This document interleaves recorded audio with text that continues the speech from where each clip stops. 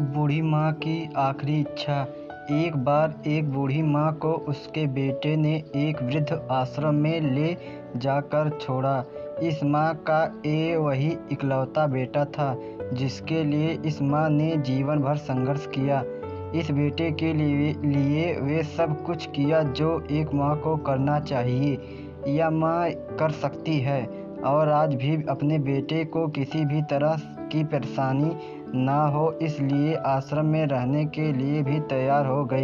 वृद्ध आश्रम में रह रही माँ हमेशा अपने बेटे को याद करती, मगर बेटा केवल साल में एक बार ही उसको मिलने जाता या फिर फ़ोन पर बात कर लेता। कई साल बीत गए। वृद्ध आश्रम से बेटे को एक दिन फ़ोन आया। उसने कहा, बेटा जल्दी से आश्रम आके अपनी माँ से मिल लो, वो बहुत सीरियस हैं। बेटा जब अपनी बीमार माँ के पास पहुँचा तब वह अपनी आखिरी सांसें गिन रही थी।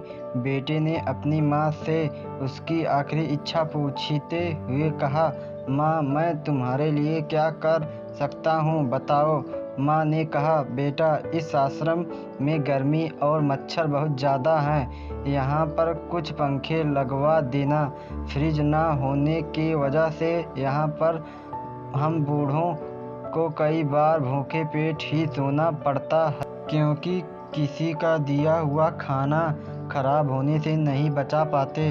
तो इस आश्रम के लिए एक दो फ्रिज भी खरीद कर दे देना। बेटे ने अपनी माँ की सारी बातें सुनी और अपनी माँ से पूछा, आपने इतने साल यहाँ पर निकाल दिए पर आपने कभी भी यह बातें मुझे नहीं कही, और आज जब आपके पास टाइम नहीं बचा तब आप यह सब कह रही हैं, ऐसा क्यों?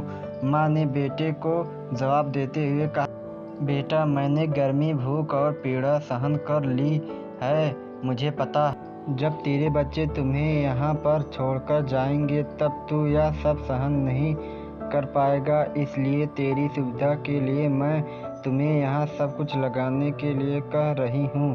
दोस्तों, माँ की ये आखिरी लाइन किसी भी बेटा या बेटी की आँखें खोलने के लिए सक्षम है। इतिहास हमेशा अपने आप को दोहराता है।